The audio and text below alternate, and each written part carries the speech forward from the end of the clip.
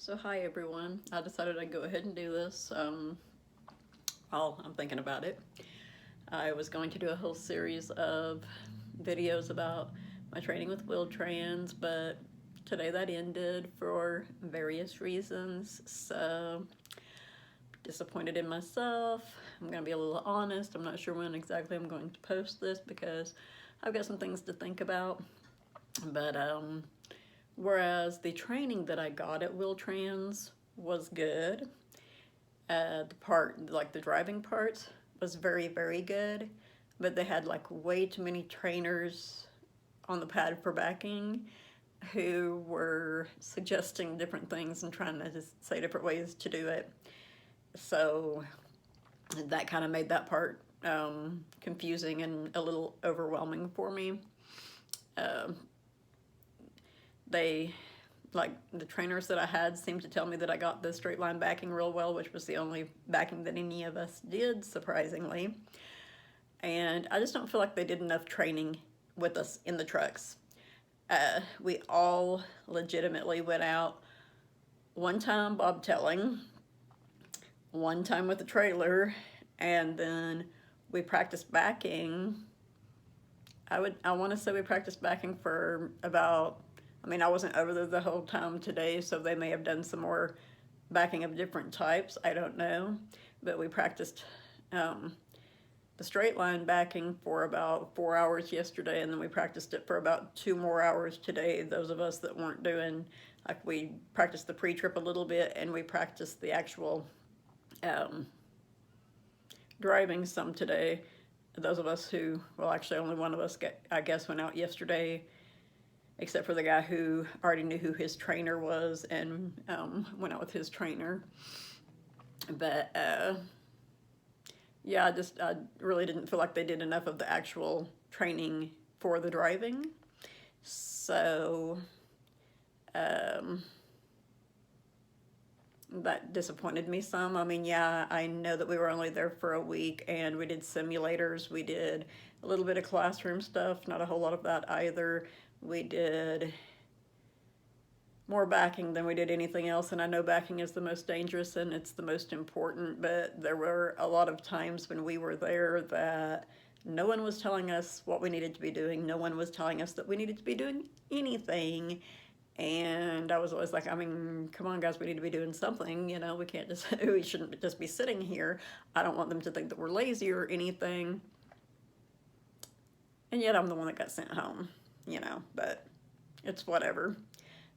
Like I think I already said this, I'm going to go home. I'm going to think about things, decide whether or not I really think this is something that I want to do. They said that they thought that I seemed like I was a little overwhelmed, which I found surprising because I did not do bad at all on the bobtailing. I didn't think I ran off on the little edge of the little narrow Springfield, Missouri road, which I know is something that, I'd have to be dealing with roads like that fairly often if I were to actually drive, and one of the guys did that as well. But like with the trailer, I got it a little, I think I may have got it off a little bit in the ditch on the first right turn, and there were times when it took me a little longer than it probably should have. When the lights turned red on me, they told us to take it slow, and I don't want to hit any poles with the trailer or the truck or anything, which I did not. I didn't hit anything, but the light turned red before I actually got a chance to go. So I knew that the driving with the trailer didn't go particularly well. Drove quite a bit further with that than did with the bobtail, but I didn't think it went that bad. And it's like, hey, take me out for one more run and maybe I'll get the hang of it, And then I was supposed to go out with a trainer for supposedly anywhere from 2 to 5 weeks. They're really pushing the 2-week thing though, even though my recruiter told me that a few people do it in like a week and a half to 2 weeks. Their average is about 24 days. You can stay out 3 weeks, you can stay out 5 weeks. Just really seemed to me like they're pushing the 2-week thing. And another thing, their website says, and they have videos saying, they want to be a small company. They want to remain a small company so they can remain like family. They don't want to reach the point where everyone in the company is just going to be considered a number. Yet apparently, you know, they're buying up other companies, and I think I'd said something about that in another video that I made that I haven't yet posted. But apparently their plan is to try to get bigger than Prime. Not sure if Prime's aware of that yet or not, but, you know, and I'm sure they'll deny it if Prime asks them about it. But, you know, no one watches my videos anyway because I'm a nobody, and this probably isn't even gonna, I may not even post this. Who knows? I'm just kind of venting right now because, yeah, I don't really feel like I was doing that bad of a job, and I feel like that if I got out there with a trainer, you know, or like the trainer came and before I went to leave, they took me for 2 or 3 more runs around the area that we drove around today, I'd have it down. I wouldn't know everything, definitely, for sure, but, you know. But so now, I'm just gonna, I don't know what I'm gonna do. Waiting for my son to drive all the way from Edmond, Oklahoma to pick me up, because if you don't make it, they do not pay your way back. You have to find your own way back. And something I kept forgetting to ask my recruiter about. And seeing as, you know, I spent pretty much all the money that I had to pay for the school fee thingy, because I hadn't worked in I mean, I was working some temporary jobs, but I hadn't worked steady in quite some time. And, you know, I really don't have any money on me, so my son's driving all the way over here on Memorial Day weekend to pick me up. Yeah, so, and he's not been getting a whole lot of hours at his work, which I'm pretty sure I mentioned to a couple of people there, and now he's going to have to spend some of that money for gas to come and pick me up. So I am, you know, I mean, I understand why they made their decision. They have been doing what they've been doing for quite some time, and apparently there were some things that I did that just made them, like, apparently some of the trainers said that I seemed to be overwhelmed, and they thought that I might get out there and being overwhelmed just might end up causing a big accident or something and injuring myself and injuring some other people or something. But, you know, I don't know if I want to try another truck driving school and prove them wrong. And, like, yeah, I really don't know. One of the schools that I had considered literally this morning sent me an email saying that they were declining me because of something that had to do with my credit report, and I didn't think it was a school that even looked into that. So I may have been blacklisted with all of them because they thought that I seemed overwhelmed. But, you know, bottom line is, it is what it is, and I have no idea where I'm going from here career-wise.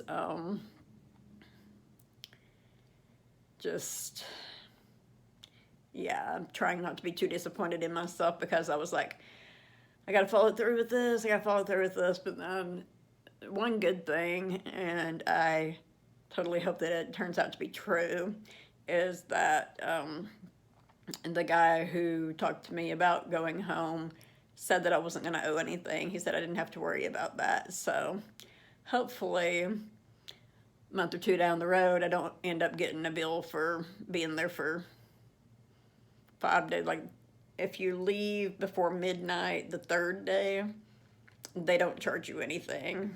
Today was well, let's say the 3rd day, but it actually, I'm getting a bit confused here. I'm pretty sure that they said that it's our paper said it was the 23rd, so I think that was actually Thursday at midnight. If we left by then, we wouldn't have to pay anything. And I mentioned that to him, and I'm like, so am I going to end up having to pay, like, I think it's $17.50 or something, that the contract that they have you sign says that you have to pay if you stay through Friday. So I'm like, I mean, you know. And he was like, no, you don't have to pay, you don't have to pay anything, you don't have to worry about that, you won't owe that. And you know, going to wait and see down the road. And if I do end up having to pay something, I will definitely make another video about that. And then I'll post this one and that one and be like, maybe, I just, yeah, I don't know. Just don't know right now. But guess I gotta figure some stuff out. See what happens. So right now I have no ID that I can use, you know, to pick up money at Walmart or take a bus. So like that kind of screws you over, you know. You get the paper ID like when you come here and do the permit test, which is maybe why people recommend getting your permit before you come, because then you'll already have the plastic permit when you come. So that would probably actually be a great idea. Unfortunately for me, that was not a financial, I mean, you know, financial wise, I did not have, like I couldn't do that at all. So yeah, but it's just, I don't know, like I have a temporary driver's license that's not a plastic one that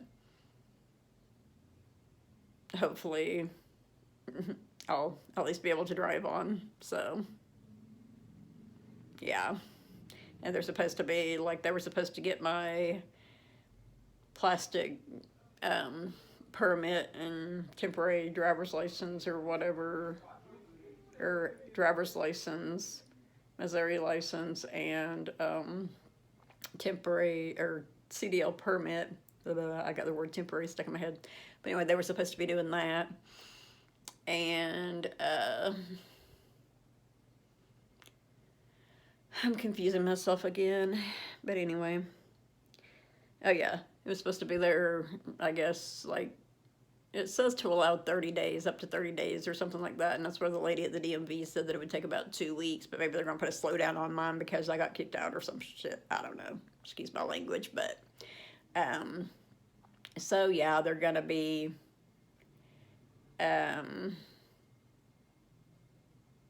like, he said they should get it in about 2.5 weeks, and then they will send it to me. And the lady there did actually verify my address to make sure that they had the right address for me. And he told me that someone may text me whenever they get it to make sure that it's still the same address. And like I told her, I mean, I'm not gonna be driving a truck, so it's not like I'm gonna be buying another house or moving or anything. I'm not getting kicked out of where I'm living now because my son's hours got reduced and I'm not making any money. So, but hopefully, I mean, hopefully I can go back to doing my temporary jobs.